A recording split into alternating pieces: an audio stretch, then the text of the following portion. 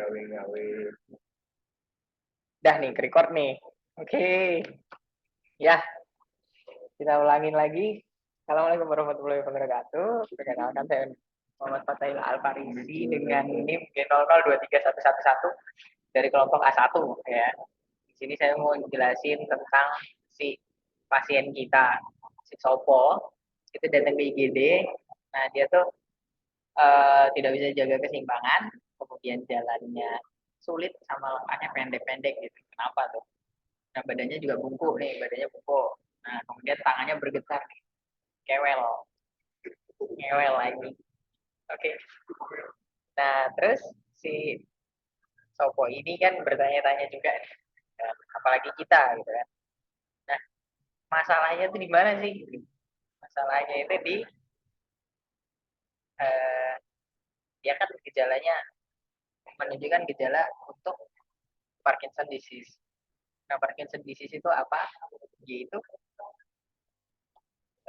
di mana tubuh itu tidak menghasilkan substansi anigranya ini tidak menghasilkan dopamin yang mencukupi, jadi si area motor kita tidak bisa menghasilkan gerakan atau menghentikan gerakan secara efisien, gitu aja intinya, ya kan? Nah, lanjut kan kalau tubuh tuh harus ada keseimbangan, homeostasis, ada gas, ada rem, gitu kan. Nah, kalau di Parkinson ini, ya itu kan substansi anigranya nggak menghasilkan dopamin, ya kan. Nah, dopamin ini kan sifatnya inhibitory dan juga excitatory, tergantung nanti dari pathway-nya, gitu kan. Nah, kalau yang direct itu dia akan merangsang korteks motorik untuk mendorong gerakan. Jadi untuk membuat gerakan gitu.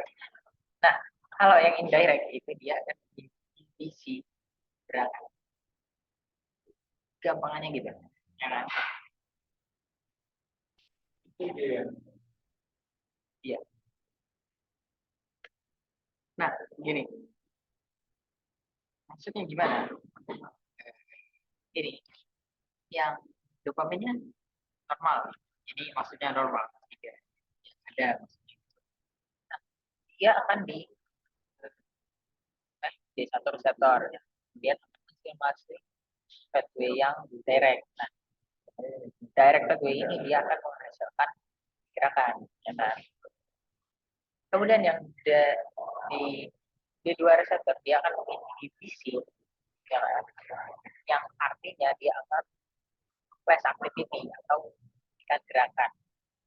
Jadi misal nih gerak gitu, jadi stop.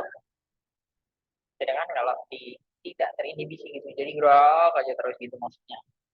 Oke, oke, oke, udah nangkep nih. Nah ini kalau normalnya untuk yang direct pathway, di sini kan dopaminnya meningkat. Ya, dopaminnya sebagai excitatory. Nah, di striatum itu dia akan meningkatkan produksi GABA. GABA ini sifatnya inhibitory.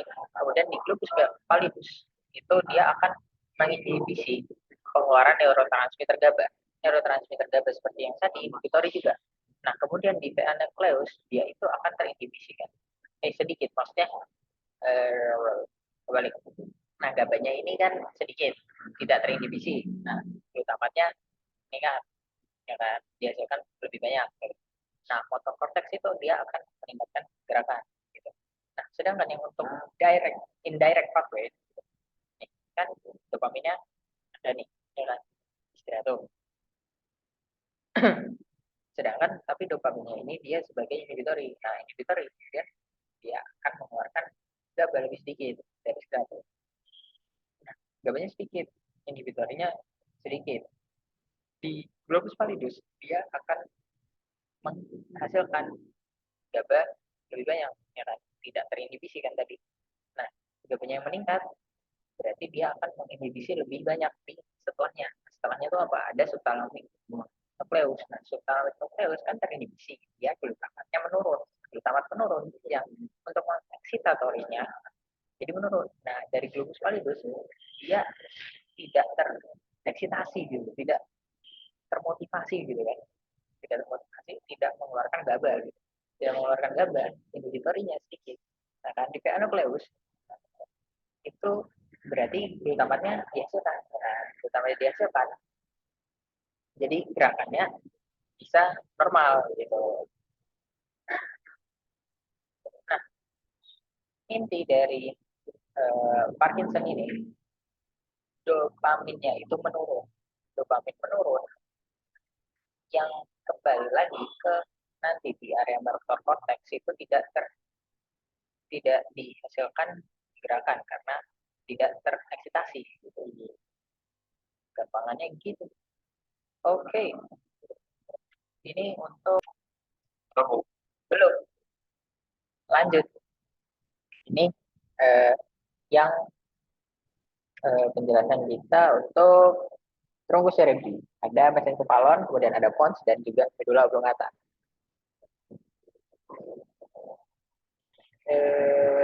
Ya termasuk dalam batang otak gitu ya. Tapi di mana dia di fossa crani posterior bagian basal os occipitalis. Nah,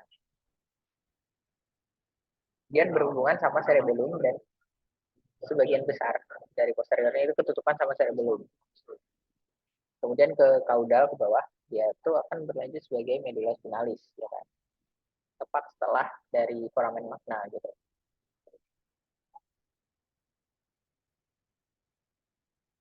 Ya, oke. Ya. Ini kita masuk langsung ke mesencephalon. Mesencephalon ini dia tuh otak bagian yang dia itu menghubungkan pons dan cerebellum dengan prosencephalon. Nah, ini di sini yang saya tekankan ada yang namanya substansia nigra. Di sini tuh kan ini mesencephalon ya dipotong secara transversal.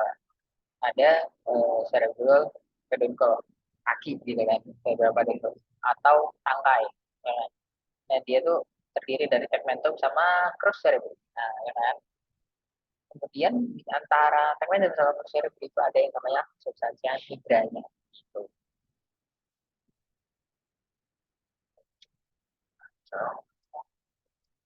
Nah, oke, okay. Fungsinya buat apa? Fungsinya buat uh, koordinasi, ya kan? Koordinasi antara gerakan-gerakan sama respon yang kita terima dari respon visual sama respon auditori. Dan kalau yang colliculus superior itu fungsinya untuk koordinasi terhadap respon dari visual, kemudian kalau yang colliculus superior itu berfungsi untuk koordinasi dari respon auditori. Ya kan? Ya, ya, ya, terus rubber yang dengan kerja basalis atau play basalis yang tentu untuk juga dilewati gas dan sama descendant. Oke, di sini ada pons. Pons itu seperti namanya jembatan, itu jembatan yang menghubungkan kedua hemisferum cerebelli. Ya. Jadi pons itu melekat sama cerebellum dengan tiga peduncle cerebellaris.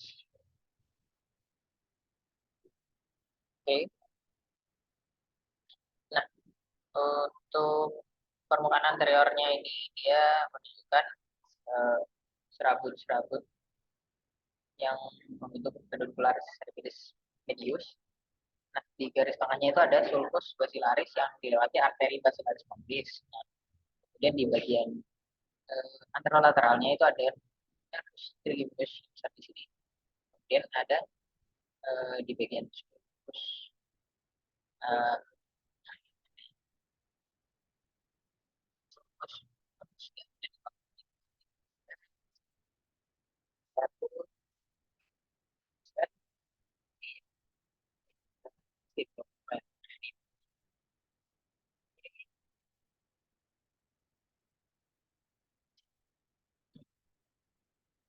untuk permukaan posteriornya dia ketutupan sama cerebellum, jadi tidak begitu nampak.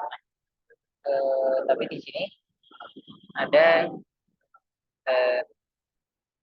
apa namanya, permukaan posterior sebelah lateralnya ini dia akan dibatasi oleh peduncle cerebellaris superior dan menjadi dua bagian simetris, dibagi oleh sulcus medianus posterior. Medianus sulcus posterior. Kalau di sebelah lateralnya sulcus medianus ada penonjolan nih. Nah, ini eminensia media, medial eminence yang berlanjut ke interior dan meluas menjadi colliculus facialis.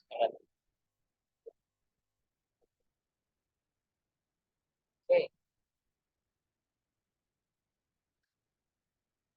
Nah, dia fungsinya apa? Sini sebagai relay. Ansip dia kan mengandung fraktus ascendant dan descendant. Lebih tepatnya persimpangan dia lewat aja.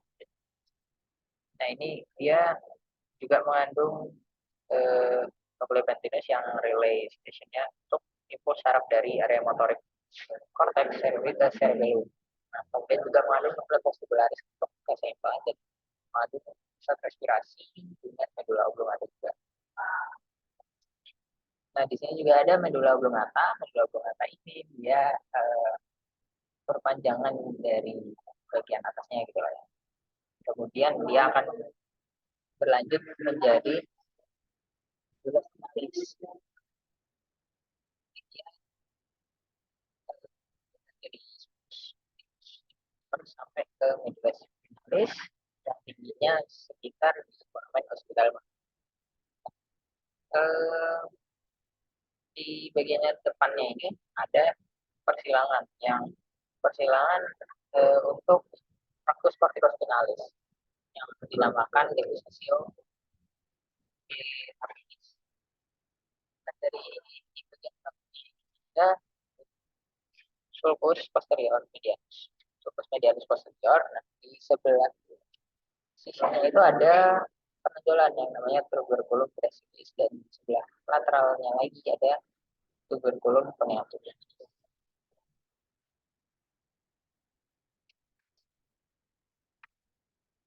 Nah, dia kan fungsinya tuh eh, dia dilewatin sama traktus ascendens sama descendens. Kemudian sentrum medularis yang terlibat untuk kontrol denyut jantung, kemudian tekanan darah, respirasi, batuk, dan entah untuk bagian dada, atau dada gitu.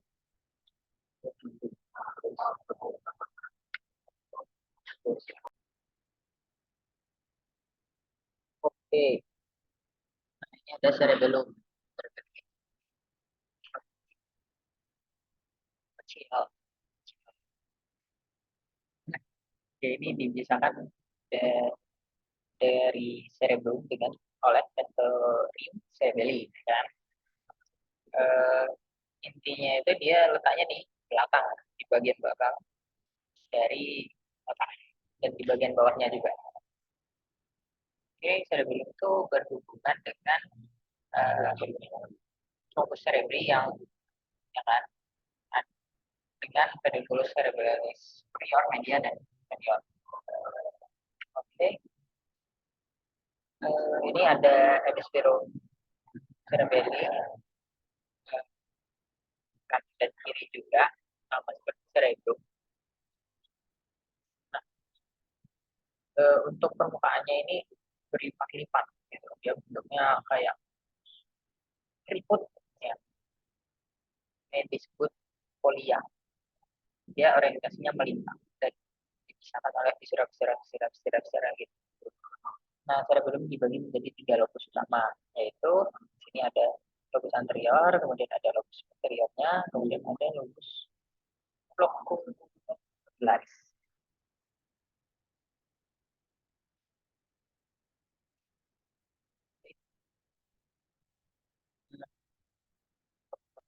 itu yang di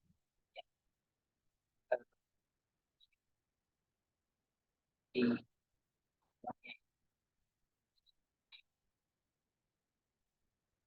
nah, kemudian untuk di dalamnya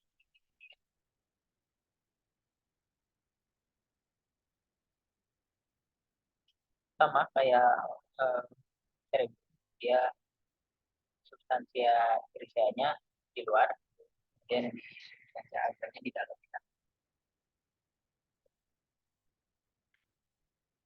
Nah, dia tuh fungsinya buat apa? Dia fungsinya buat mengkoordinasi gerakan otot dan juga memperhalus gerakannya gitu.